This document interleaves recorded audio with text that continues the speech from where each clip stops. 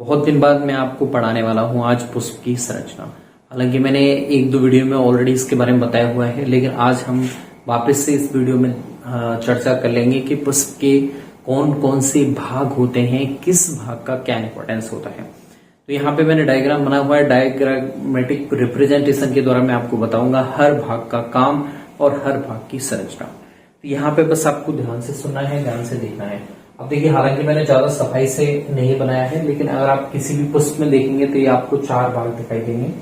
एक भाग प्रोफेसर गौती एक कथन आपको ध्यान रखना है कि पुष्प क्या होता है, एक मॉडिफाइड स्टीम होता है। प्रोफेसर गौती नाम के साइंटिस्ट थे जिन्होंने सबसे पहले इसके बारे में बताया कि पुष्प क्या एक रूपांतरित प्रोहो है, ठीक है, जिसपे पत्तियां लगी हुई हैं और वो नहीं पत्तियां वो क्या है, आपके पुष्प के भाग जो है वो एक तरह से उसकी क्या है, पत्तियां हैं, ठीक है। अब यहां पे बात करें हम, एक भाग होता है आवश्यक अंग। 2 तरह के अंग हम यहाँ पे देखेंगे, एक होता है आवश्यक अंग, दूसरा होता है सहायक अंग।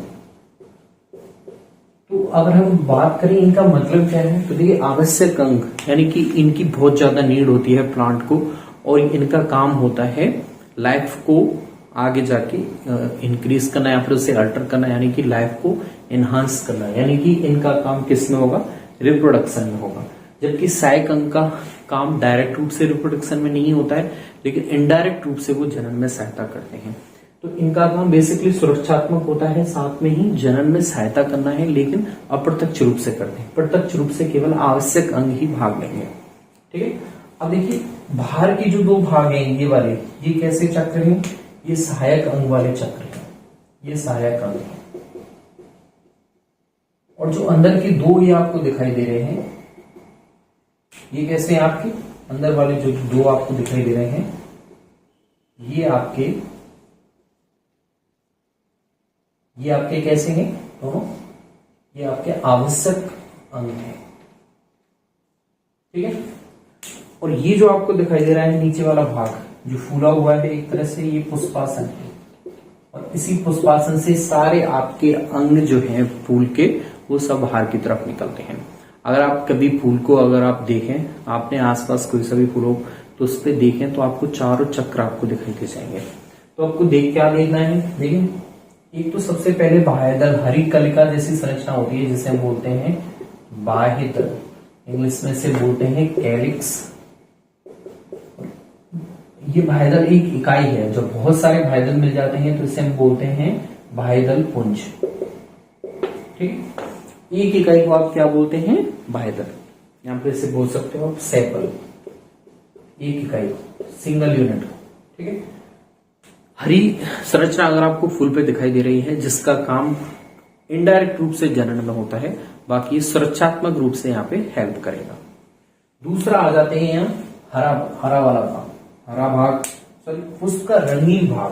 पुष्प का जो सबसे आकर्षक भाग होता है वो होता है आपके ये वाला भाग, जिसे हम बोलते हैं दल पुंज, या फिर इसे आप बोलते हैं कोरोला, और इसकी एक यूनिट को बोलते हैं आप पेटल, दल। और दल कैसे होते हैं, दल सुंदर होते हैं, आकर्षक होते हैं, ताकि कीट इसकी तरफ आकर्षित हों और वो परागण में सहायता करें, ठीक है। तो इसीलिए कैसे बनाए जाते हैं, चटकीले होते हैं, रंगों की तुलना में बहुत रंगीन होते हैं। तो पुष्प का कोई सा भी रंगीन भाग आपको दिखाई दे रहा है, अगर लाल पुष्प है तो उसमें लाल जो वाला भाग है वो कैसा है, वो दल कहलाएगा। अगर कोई आपके मान लीजिए पीला पुष्प है तो उसमें पीला वाला भाग आप देखेंगे, पीले रंग वाला, वो उसका दल होगा। वो भी ऐसी बात है, क्योंकि उसे कीटों को आकर्षित करना है, उसे जनन के लिए बुलाना है, ताकि परागकण वहां उसकी वर्तिकाग्र तक पहुंच पाए, ठीक है। अगर हम तीसरे पोर्शन की तरफ जाएं, पहला वाला ये हो गया, दूसरा ये हो गया, तीसरा ये है, चौथा ये है। तीसरा ये वाला भाग देखें, इसे मैं और ओपन कर देता हूं, तो ये देखिए, ये वाला जो भाग होता है यहां से जुड़ा हुआ है, ये वाला भाग होता है यूजी ऊतक, एडेजिव टिश्यू। और जो बीच वाला भाग होता है उसे हम बोलते हैं पुतंतु या फिर फिलामेंट। और ऊपर जो भाग है इसे हम बोलते हैं एंथर, परागकोश। और परागकोश में क्या होते हैं, छोटे छोटे पोलन ग्रेन होते हैं, जिन्हें आप परागकण बोलते हैं। ये किसकी संरचना है?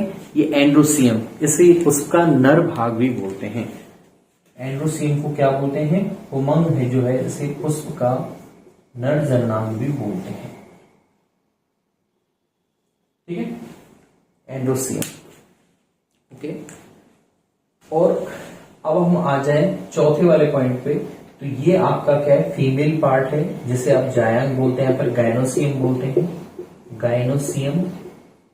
और ये क्या था? एंड्रोसियम। और जायांग क्या होता है? मादा जननांग होता है। हो सकता है पुष्प अगर आपकी द्विलिंगी है तो उसमें नर जननांग भी होगा, मादा जननांग भी होगा। अगर पुष्प एक लिंगी है तो या तो उसमें नर भाग होगा या फिर वो मादा भाग होगा। ठीक है, तो द्विलिंगी और एक लिंगी पुष्प के आधार पर आप उसे देख सकते हैं। अब देखिए, ये जो चौथा जो भाग है ये जायांग है आपके, और इसकी एक इकाई को आप अंडक कहते हैं। और यहाँ पे अगर हम बात करें, ये वाला ऊपर वाला पोर्शन, इससे आप बोलते हो स्टिग्मा, जिसे आप बोलते हो हिंदी में वर्तिका।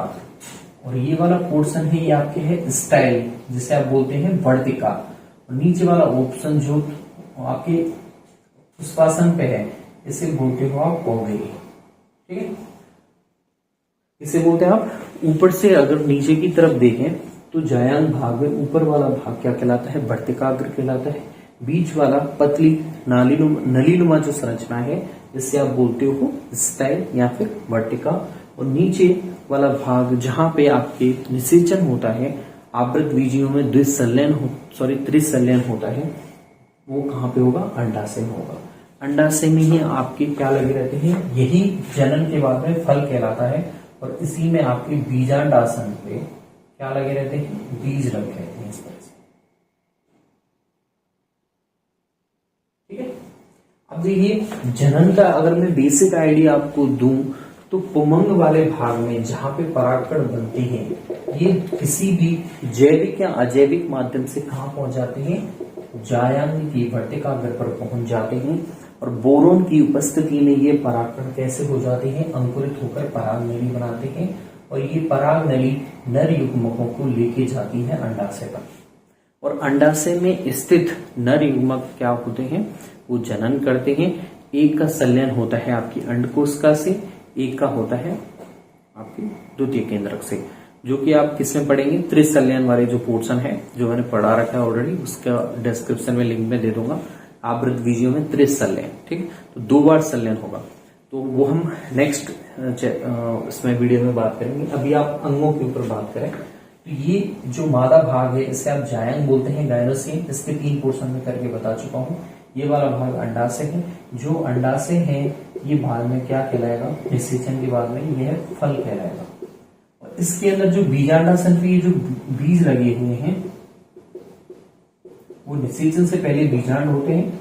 जैसे ही फर्टिलाइजेशन हो जाएगा तो ये बीज कहलाएंगे। स्त्री केसर के अलावा, यानी कि फीमेल पार्ट के अलावा सारे भाग जनन के बाद में कैसे हो जाते हैं? झड़ जाते हैं या फिर फूल से अलग हो जाते हैं। केवल जो मादा भाग वाला है वही आके परिवर्तित करता है और फल बनाता है। फल में आपकी बीज बनता है, जो अगली पीढ़ी का निर्धारक होता है। उसी से आपकी अगली पीढ़ी की शुरुआत होगी। ठीक है, तो ये मैंने आपको बताया है पुष्प की संरचना। वापस से अगर आप देखें तो वीडियो को वापस से देख सकते हैं। ज्यादातर आपको पूछा जाता है जायांग और पुमंग की संरचना के लिए। सबसे पुष्प का रंगीन भाग कौन सा होता है? वो दल होता है, जिसे आप पेटल कहते हैं। सुरक्षात्मक कवच कौन सा होता है? तो वो बाह्यदल होता है। ठीक है, पुमंग में क्या बनते हैं? परागकण बनते हैं। और वो कहां पहुंचते हैं? जायांग की वर्तिकाग्र पर पहुंचते हैं। ठीक है, अंदर वाले जो तीसरा और चौथा चक्र है वो कैसा है? आवश्यक अंगों का चक्र है। आवश्यक अंग में तीसरा और चौथा आता है, सहायक अंग में एक और दूसरा वाला चक्र आता है। अब आवश्यक अंग जो है वो डायरेक्ट रूप से जनन के लिए उत्तरदायी हैं और अगली पीढ़ी के निर्धारक होते हैं। वहीं पहला और दूसरा चक्र उनकी रक्षा के लिए अवेलेबल होते हैं। ठीक है, धन्यवाद। मिलता हूं नई वीडियो में नए किसी टॉपिक के साथ।